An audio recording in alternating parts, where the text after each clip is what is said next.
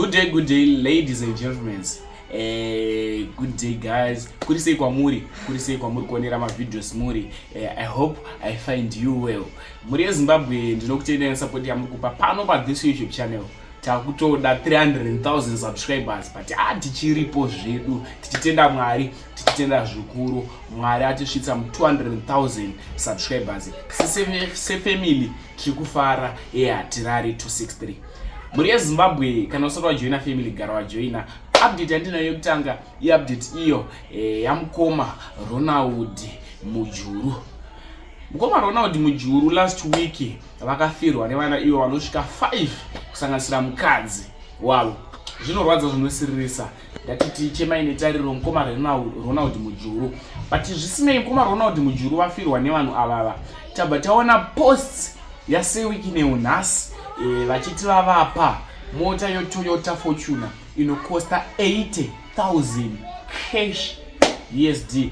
Ndo mari mota iri worth 80,000 USD ne 50,000 USD mabro tuta zve cash ma US ndo mari dzavapiwa 50,000 plus mota Toyota Fortuner. Zvisine vapiwa zvinhu izvi muri eZimbabwe. Sorry ine kudipisa.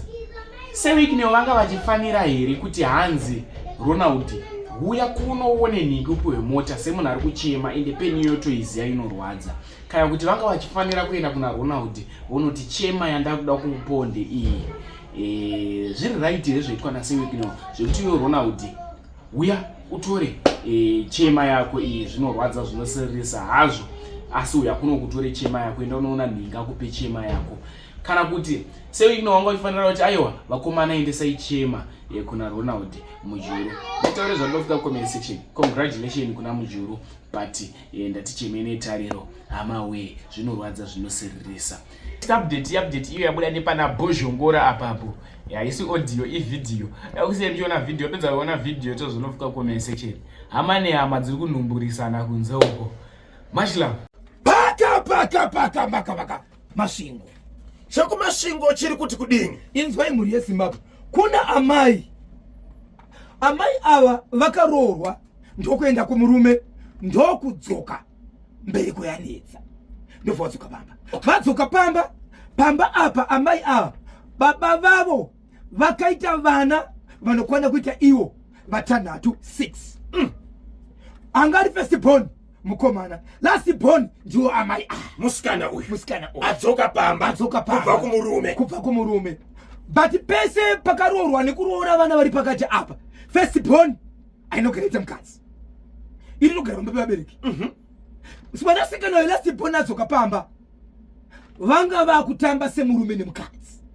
First born nelast born sisina budi apa sisi vaende vakadzoka pamba apa vanhu vari mubereko ndokutamba semurume nemukadzi vari pamba. Vatamba kudaro amai ava semunhu akamboenda kuvarume vanga vakuita zvavanoda, vanga vakungofadaya vachitamba nevanhu kusanganisira hanzvadzi yavo panze. Vari mukati mekufara kudaro munhu wavaitamba naye kakanyanyisa kudarika vanhu vese iye hanzvadzi yavo nekuti ndenge iri padhuze pamba. Nguva inini vanhu kunorara vaitosangana zvokutoita bedroom vari vaviri nokuti vabereki vaitopinda mumba vachirara. Baba Isabel, panere akabata vaviri avo vachifada yasisina budi. Havana akavabata, asi zvaitoti nuyena zvopana panhasi ndivo vega vakupupura kuti aiwa Zimbabwe tibatsirire kuti ndopazvere. Amai ava ndokuzobata nhumbu tuku vari pamba. Asi pavakamboroorwa nhumbu haina kubobuda. Vachifanira nehanzvadzi nevamwe vemusango nhumbu ichibva yabata. But amai vakabva vafunga kuti panapa ndopa ndiri kutamba zvakanyanyisa.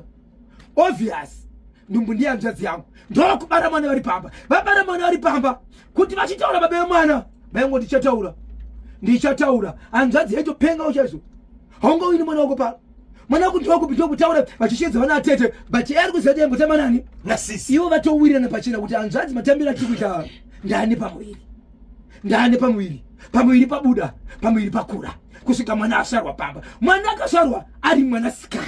Okay, azvarwa ari mwanasikana ari pamba apa. Nyaya idzi ndedzebacoreds kusvikira mwana uyu aroorwa, asi havaripo tu musoro wavo uripo tu vari kuti mwana ndewedu nekuti yatamba tiri panapa. Ende mwanasikana uyu aisatiudza hanzvadzi yavo kuti kunze kune zvandinoita because ndakatokwanira imi muri pano inga tinogara tese wani. Mwana aroorwa aroorwa mwana akaroorwa kekutanga aroorwa kechi2 aroorwa kechi3 aroorwa kechi2 kechi4 ari kutodzoka pamba but paaroorwa kwese uku aita vana 2. Alright.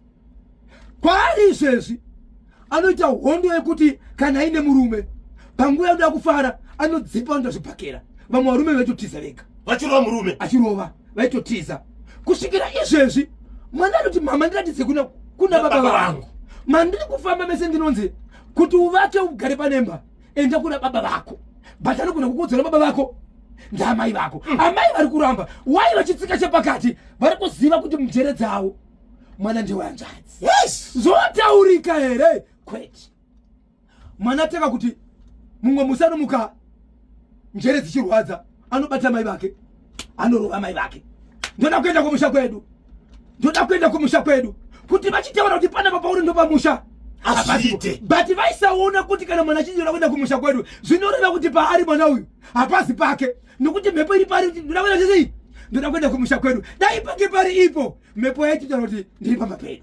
Okay. Asi pfungwa dzavo dzaiti sezvo takatamba kakawanda ndichibvunza mukoma KP vakatamba vanoti kavachiri kurangarira 11 times 11 times. ndo dzavachiri kurangarira kuti musi wakati nepakati asi vari kuti zvinodarika nekuti makore kaya vachifadaya vari pamba. Mwanasikana uyu akura seizvo. Mwanasikana 26 years 26 years. vana 2 misha 4 asi kozvinozvo atodzorwa pamba zvakare nenyaya yekuita sei yokurova mai dzimwe nguva achirwara ine murume achiti weduwe ndinorohwa ndine simba ndinomira nevamwe varume but zvambata mwana uyu andimugone ndokandwa panze.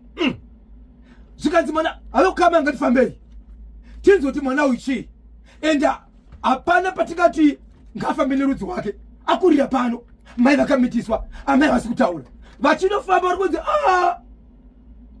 musati mataura zvakawanda amai angavapupura zvavakaita saka vakafamba nzvimbo dzikawanda 7 vachinzi pupurai but breni dzavo dzaiti obviously vari kuti ndipupure kuti mwana ndakaita nehanzvadzi yavo. Amai ava vaifamba nani mukufamba kwavaita? Hanzvadzi dzavo nehama nanabereki vavo vese vaitofamba vese. Okay. But amai vaiti handichazivi nokuti ndakaroorwa ndikadzoka ndange ndakungotamba sezvo ndandisisiri mandara. Uyezve chaito nyaya yekutamba nevanhu ndechekuti pandakaenda kumurume ndikadzoka ndaisaziva kuti mbereko asina mbereko ndini here kana kuti murume. Saka ndakaguma ndakungoti nyika inoti kudii kana ndisina mbereko sikuziva kwandinoitawo zvinoita vanhu.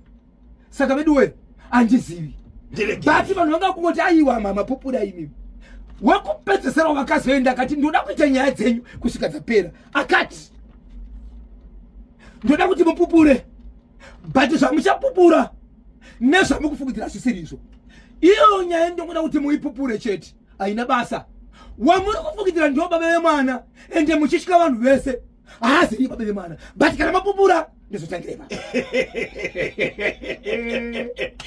Hanzvadzi komana iya yaitamba nasisi iripo mukufamba kuri kuita mhuri. Ndinotungamirira ndio mwana mukomana mukuruzve vana baba vatokura ndiye andotungamirira sababa. Zvikanzi pakataura mashoko aya hanzvadzi ichibva ati ndiri kufonerwa kubasa kwandakamboshanda kunzi vatoda kutondiona izvezvi ndobva kuda mudare. Okay. Vanhu vachibva vasara mudare.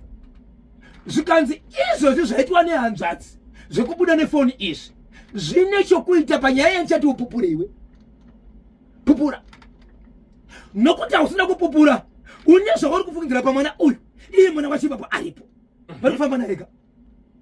Zvikanzi aiwozve kana zvaramba ndichagarisa mwana uyu pasi ndobudisa mhepo iri paari woda kuti itaure yega here kana wataura yega hama dzichati kudii. Okay. Amai vatimbodisai panze navatete vabuda panze namatete vatete vadzoka zvakare vati haana chataura ari kungotura befu right. Anonzi ndakuchitanga inini pachangu nokuti ndikati mhepo mungamboti dzimwe dzenguva patabuda tichinomugezesa ndikibada tichibuda zvatinoite matare uko pane zvatinotaura. Aiwa une hanzvadzi ngani Mubatsiri ari kutaura. Mubatsiri mwana uyu iye ana hanzvadzi yako. Yes.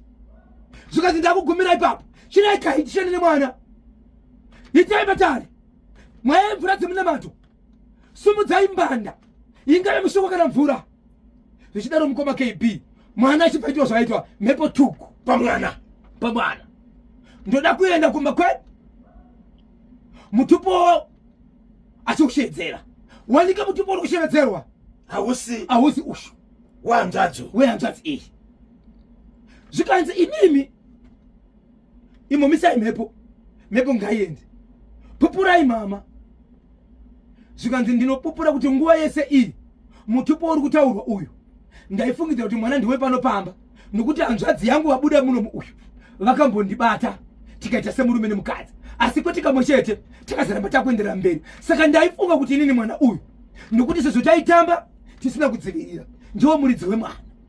Zvikanzi kwati hazvisi, maifanira kutaka kuona pamwana uyu paaiti ndiendese kurudzi wangu iye muchigara naye pano. Hatina kana nhamba, takatamba tikawirirana, takatatovimbisana kuti ndichazoonekwa, but takazotamba. Zvikanzi muchiri kurangarira here nzvimbo yamakaenda nepamunofungidzira ndipo pamakatambira. Zvikanzi ndopaziva chikonzero, pane zvandotoziva, pane chikwangwani chebhasi stopu chiri padhuze patakangobuda ipapo akazoita zvokundibata. Zvikanzi ndobabe mwana hande ikoko apo mwana awane 26 years. Pane chitsiga chiripo baba, chiripo chavari kurangarira, chavanga vakamira. Kwanzi ndakatanga ndakamira, ndakanyaseka ndakagara pachitsiga ichocho ndo pandakazodonedzwa ndichibva ipapo ndikaona chitsiga ichocho nepasi. Zvikanzi hande ronga isuva ndobvangoita mazuva maviri retatu vachibva vaenda ipapo. Zvikanzi chisvika ipapo vachinosvika nemwana mudzimu tuku. Zvikanzi pano ndo pandakabarirwa pa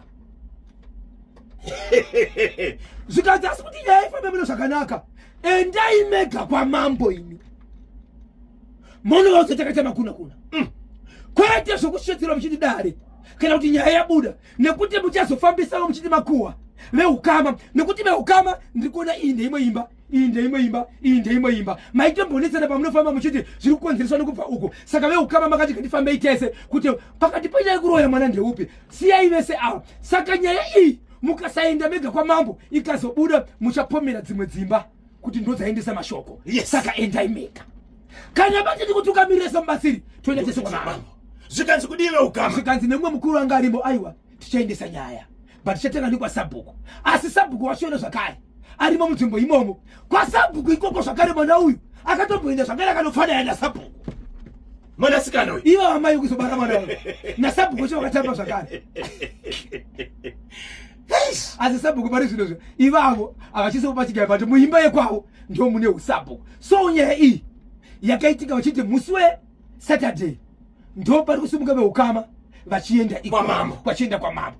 Ndo kuchizotsvaga manje kuti toita sei munhu uyu ainzi ani. Mhepo yaibuda mukoma KB ichitaura zita remunhu achichiti kutaura kwandiri kuti baba vangu havachisiko vakafa vakaparara. Ndogona kutungamira kuenda ikoko. Zvikanzi aiwa muchitungamira kuenda ikoko mhepo inogona kurasika, ndichakutungamira kuenda ikoko tigozotaura. So nhasi ndo pavari kuti taenda paFacebook tine zita rataona ipapo imwe nyaya itaurwa vachibva tofonerana. Zvikanzizvo munhu wamunototaura yeye akafa but havasati vaenda. Vari kuti vangotaura but havasati vaenda ikoko. Asi uyu ari kuti ndioda kuti tiende, mwana uyu anofanira kusvika iri mhepo pamba otaura zvimwe zvezvimwe zvakaitika murudzi rwevanhu ava iye asati asvika ikoko, zvinoita kuti vasara pamba vabvume kuti mwana wani, mwana wemushakabvu. Zvakaitwa nemushakabvu zvaakaita kumashure newe ukama hwavo richiita sekunonzi kwabuda mudzimu unoziva, ende mudzimu kwanzi unofanira kuzobuda pamwana uyu mudzimu wekurudzi rwake unotozivikana naivavo achitaura nhoroondo nezvakaitika murudzi rwavo iye mwana achida kusvika mumusha kuti vakwanise kugamuchira. Amai ava